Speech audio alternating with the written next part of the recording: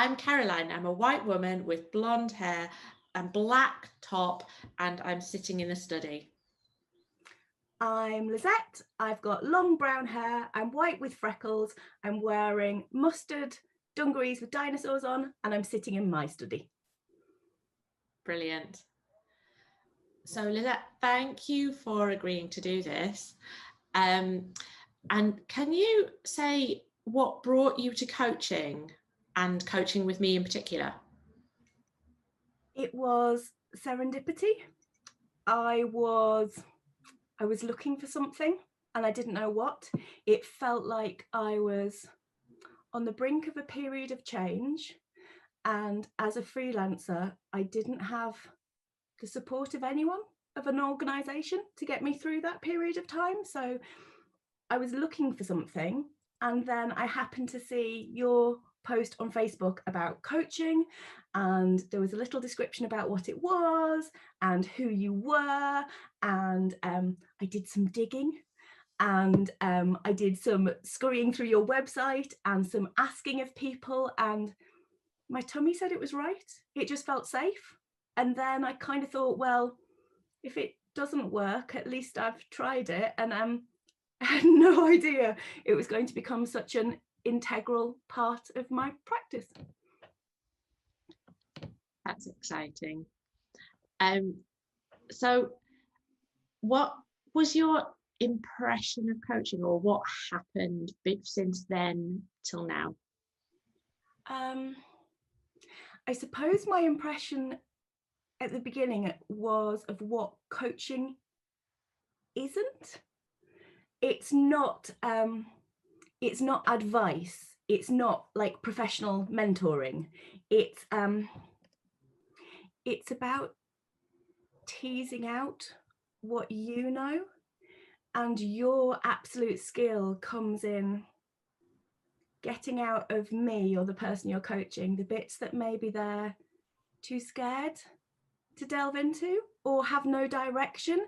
So it was like having the most bizarre conversation with my best possible self, who you know when to pause, you know when silence is necessary, when there is something else that I'm still thinking about. And that took a lot of getting used to, that I had space to think, and I kind of not had to, there was never any pressure, we could move on, but that's what got out the good stuff, the silence and the investigating.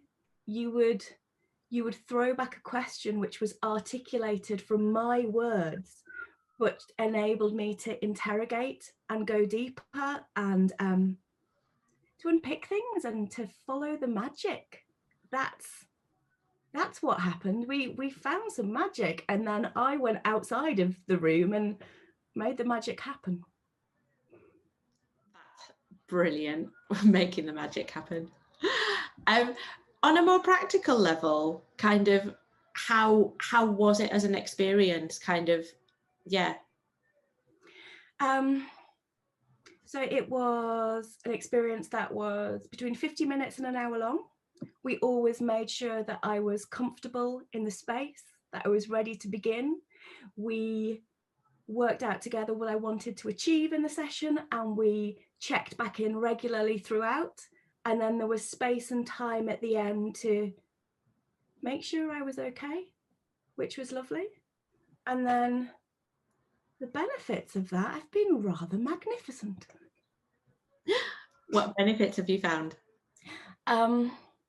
I made myself a sparkly yellow umbrella because you asked amazing questions when I was doing stuff about that. I was looking for a way of working out what I wanted to do and what work to say yes or no to, which was becoming a really big thing that was making me feel a bit rubbish. And so you asked wonderful questions about what colour would it look like, this plan, and what would it smell like and taste like. And I had this amazing visual collage that I meant, which means now that, like, practically, I know which projects to say yes to and no to. I know if they're going to have financial value but not be too taxing. I know if it's someone that I really want to work with, if there's going to be skills, if it's moving to me towards my bigger goal, which we also worked out in sessions. I think it also really importantly allowed me to take myself seriously, because I was investing time and money in me, and as a freelancer I'd never done that before. So it's absolutely allowed me to move from being really scared and lacking in confidence to being brave and working on projects that are my own rather than just other people's, which were wonderful and gave me this amazing stepping stone. But I wanted to leap and I was too scared, and I don't think I ever would have done without the coaching sessions. And now what I'm leaping into is so much more brave and sparkly than I ever could have been without you. Which is brilliant news. Blue and marvellous, isn't it? Yeah. If you were, is there one thing that you've taken, because now you've done about 9 months of coaching and taking a pause and concentrating on all those brave and sparkly things, is there something that you've learned from being part of the process for that amount of time that you have taken into your daily life that you could recommend or advise or like to pass on? One thing is to sit and play and question myself. If I have an idea, to do coachy voice in my head and say, but have you thought of, what about, and push things bigger and braver. But the main thing that is so practical and so tiny, but it's been brilliant and I use for everything, is what do you want to achieve this session? And I ask myself that at the beginning of everything, and it allows me not to procrastinate, to focus, even if it's something as small as writing an email to someone, which sometimes can take me like the best part of a day, because you go wide and then you go small and then you forget what the whole point was, and then you're talking about cheese and it should be about something else. And I just keep coming back to, what do you want to achieve? And I do that with Bloom and everything, and it's a really good method of getting to the heart of something big or teeny straight away, and then at the end of it saying to myself, have you achieved that?